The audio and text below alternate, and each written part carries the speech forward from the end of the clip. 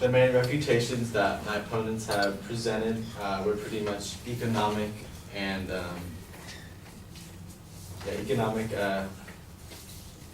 rebuttals, and so they're saying that the economy of them will not benefit us at all, but according to a statistic from the U.S. Chamber of Commerce, says while the current isolation of Cuba has far outlasted its original purpose, U.S. policies impose real costs. According to a March 2016 report by the U.S. International Trade Commission, the removal of U.S. restrictions on exports to Cuba could boost U.S. sales of select agricultural and manufactured goods by some $2.2 billion, up from a mere $180 million in 2015.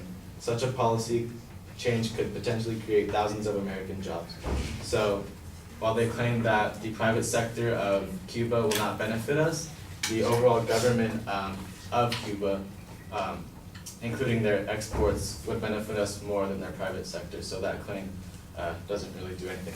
But another rebuttal to say why they want to keep the embargo is that February 7, 2012 marked the 50th anniversary of the embargo, and the goal of forcing Cuba to adopt a representative democracy still has not been achieved. So what they originally wanted with the embargo has been in effect for 50 years, and ultimately their goal has not been achieved. So I think it's time to lift this act because nothing good is coming from it.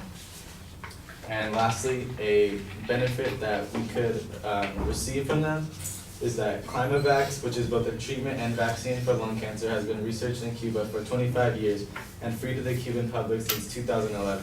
New York Governor Andrew Cuomo's trade mission to Cuba in April 2015 resulted in a signed agreement to bring Climavax to the U.S.